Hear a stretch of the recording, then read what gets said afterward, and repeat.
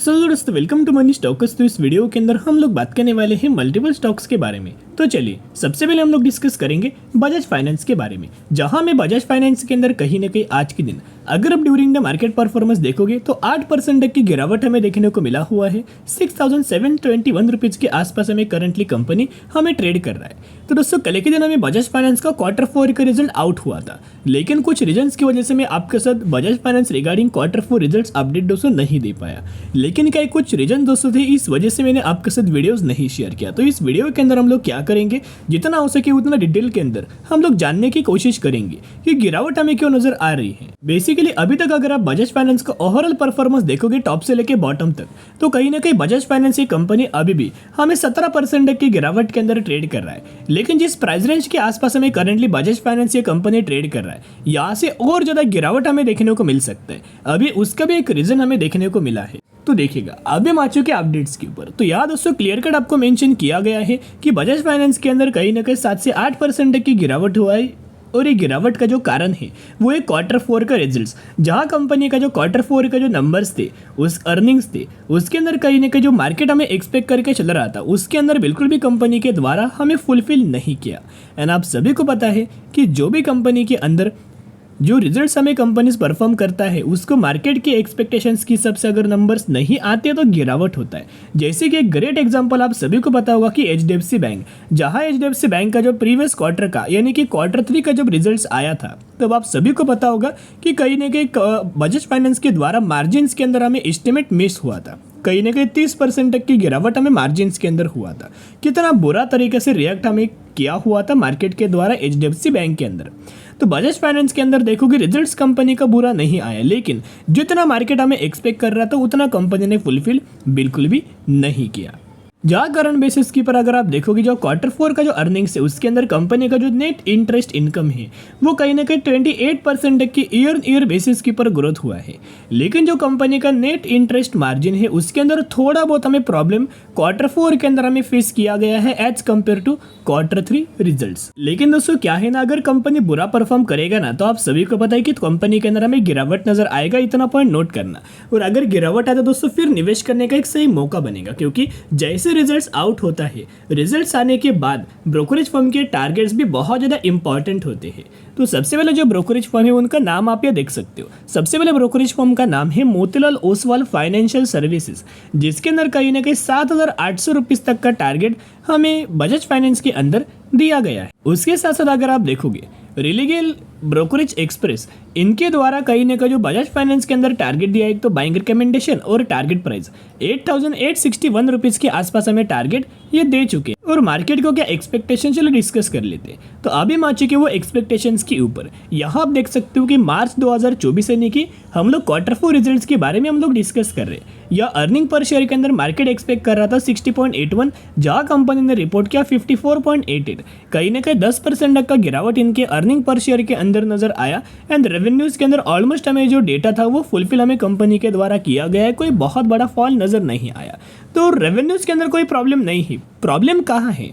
Problem है earning per share के अंदर, राइट। तो कहीं ना कहीं इस वजह से हमें थोड़ा बहुत गिरावट हमें बजाज फाइनेंस के अंदर दोस्तों नजर आया। अभी एक रिक्वेस्ट करना चाहूंगा, जितना आपको बजाज फाइनेंस के अंदर गिरावट नजर आए उतना कंपनी के अंदर खरीदारी करने का, बाइंग करने का एक ग्रेट अपॉर्चुनिटीज हमें देखने को मिल रहा है। और ये अपॉर्चुनिटीज का आपको बिल्कुल भी दोस्तों मिस आउट नहीं करना है, क्योंकि अगर आप ओवरऑल परसेंटेज देखोगे आज के दिन 59% तक की डिलीवरीज हमें देखने को मिला। कहीं ना कहीं जितना हमें गिरावट हुआ है उतना हमें बहुत ज़्यादा खरीदारी हमें आज के दिन बजाज फाइनेंस के अंदर देखने को मिल चुका है। तो चलिए अभी हम आ चुके टेक्निकल चार्ट पैटर्न्स के अंदर। अभी क्यों मैं आपके साथ ऐसा बोल रहा हूँ, ये कंपनी के अंदर हमें थोड़ा बहुत फॉल आ सकता है, क्योंकि मार्केट के ऊपर जो एक्सपेक्टेड था वो तो फुलफिल नहीं किया, थोड़ा बहुत जो एस्टिमेट्स था वो मिस किया गया, राइट। और ये जो टेक्निकल चार्ट है वो करंटली बियरिश मोड के अंदर हमें दिखाई दे रहा है। देखिएगा ये ऊपर से क्या है, एक ट्रेड लाइन है, राइट। ये ट्रेड लाइन के ऊपर अगर आप ऑब्जर्व करके चलेंगे तो पहली बार जब ट्रेड लाइन के ऊपर आया था वहां से एक रेजिस्टेंस लिया, वहां से गिरावट हुआ।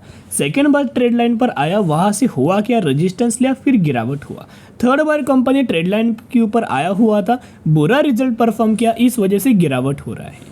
यानी गिरावट ये एक्सटेंड होते जाता है। अभी पहले ये इस कंपनी का क्या था, लो था, बाद में इस लो को ब्रेक करके इसने ये लो क्रिएट किया। अभी क्या है, बहुत ज़्यादा चांसेस है कि ये लो को कंपनी ब्रेक करके एक अगला लो हमें क्रिएट करते हुए देखने को मिल सकते हैं। लेकिन जितना हो सके उतना गिरावट के ही अंदर दोस्तों बाइंग करना। बाइंग करने के लिए ग्रेट हमें अपॉर्चुनिटीज बजाज फाइनेंस के अंदर मिल चुका है, क्योंकि आने वाले सालों में इनका जो टारगेट्स है ना, वो 12,000 रुपीज़ तक का टारगेट हमें ब्रोकरेज फर्म के द्वारा दिया गया था, जब बजाज फाइनेंस हमें 8,000 रुपीज़ के ऊपर हमें ट्रेड कर रहा था। तो जरूर कंपनी के अंदर बायोन स्ट्रेटेजी अप्लाई करके चलना। अभी हम बात करने वाले हैं अगली कंपनी के बारे में, जिसका नाम है IEX।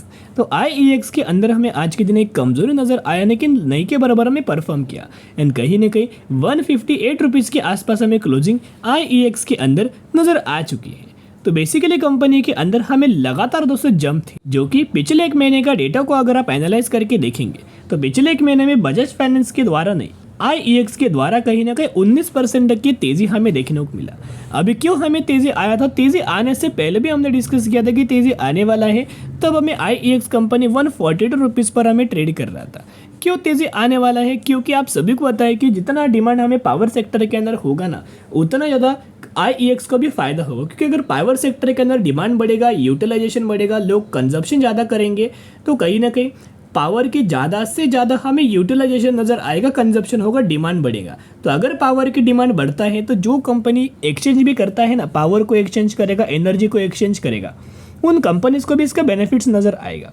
तो कहीं ना कहीं अगर आप ऑब्जर्व करके चलेंगे तो IEX को इसी चीज़ का बेनिफिट्स हमें देखने को मिल रहा है। ज़्यादा से ज़्यादा पावर ये कंपनी क्या कर रहा है, हमें एक्सटेंड कर रहा है या फिर जनरेट कर रहा है, एक्सचेंज कर रहा है। लेकिन हमने पहले आपके साथ IEX के बारे में शेयर किया हुआ है। अभी अगर आप निवेश करना चाहते हो तो थोड़ा बहुत रिस्क है।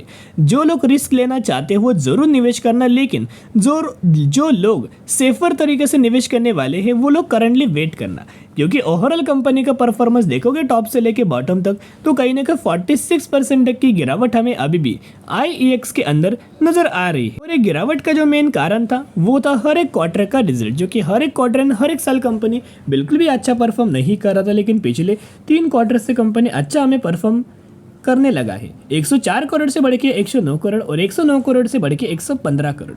उसके साथ साथ अगर आप इनका नेट प्रॉफिट्स को भी अगर आप एनालाइज करके देखेंगे तो 74 करोड़ से बढ़ के 83 करोड़, 83 करोड़ से बढ़ के 89 करोड़। और अगर दोस्तों सबसे पहले जो लोग सेफर साइड से निवेश करने वाले हैं ना, उनके लिए एक रिक्वेस्ट है कि आप सबसे पहले दोस्तों सर Q4 रिजल्ट्स एनालाइज करके देखना। जब कंपनी का रिजल्ट्स आएगा उस रिजल्ट्स के बारे में जरूर स्टडी करना। अगर कंपनी का फिर नेट प्रॉफिट बढ़ता है quarter on quarter basis, year on year basis, company का ओवरऑल बेसिस के ऊपर रेवेन्यूज बढ़ता है quarter on quarter basis, year on year basis, तो कंफर्म हो जाएगा कि कंपनी के अंदर यही से एक रिवर्सल देखने को मिलने वाला है और बहुत बड़ी तेजी आएगा। और सबसे पहले कंपनी लॉन्ग टर्म में 300 रुपये का जो हाई हमें क्रिएट किया था लाइफ टाइम का, वो हाई भी कंपनी आसानी से ब्रेक करते हुए दिखाई दे सकती। लेकिन दोस्तों एक बात तो तय है, म्यूचुअल फंड्स लगातार IEX के अंदर हमें खरीदारी कर रहे हैं। आप यह देख सकते हो कि अक्टूबर, नवंबर, दिसंबर 3 महीने खरीदारी किया, जैन के अंदर माल बेचा, फिर फेब के अंदर माल खरीदारी किया, मार्च के अंदर भी माल खरीदारी किया। सिर्फ एक महीने हमें IEX के अंदर म्यूचुअल फंड्स के द्वारा माल बेचा गया था, बाकी हर एक महीने बहुत बड़ा माल हमें खरीदारी किया जा चुका है। एंड म्यूचुअल फंड बहुत अच्छा खासा दोस्तों निवेश कर रहे हैं। सबसे पहले एक एग्जांपल लेना चाहूंगा, कोटक का एक फंड है 40,000 करोड़ की खरीदारी किया है, इन्वेस्को का एक फंड है 17,000 करोड़ की खरीदारी किया है, टाटा का एक फंड है 10,700 करोड़ की खरीदारी, SBI 7,400 crore, SBI 27,000 crore, HDFC 11,000 crore. And recent basis के ऊपर शॉर्ट टर्म के लिए IEX के अंदर हमें टारगेट दिया गया है। इनका मानना है बहुत जल्द ये कंपनी 175 रुपीज़ तक का टारगेट हमें अचीव करके दे सकता है। एक दिन पुराना अपडेट्स में आपके साथ शेयर कर रहा हूँ। चलिए दोस्तों आज के लिए इतना ही। अभी हम बात करने वाले हैं अगली कंपनी के बारे में, जिसका नाम है देवांगरे शुगर कंपनी लिमिटेड, जो कि 94 रुपीज़ पर ट्रेड कर रहा है और मैक्सिमम में 616% तक का रिटर्न शेयर होल्डर्स को बना के दे चुका है। ये वही कंपनी रिसेंटली कंपनी ने 1:10 रेशियो का स्प्लिट अनाउंसमेंट किया है, जिसके अंदर 1 के बदले 10 शेयर आपको मिलने वाले हैं। जरूर कंपनी के बारे में स्टडी एनालिसिस जरूर करना। चलिए आज के लिए इतना। अगर आपको वीडियो पसंद आए जरूर वीडियो को लाइक और चैनल को सब्सक्राइब करके चल सकते हो। फिर मिलेंगे, बाय।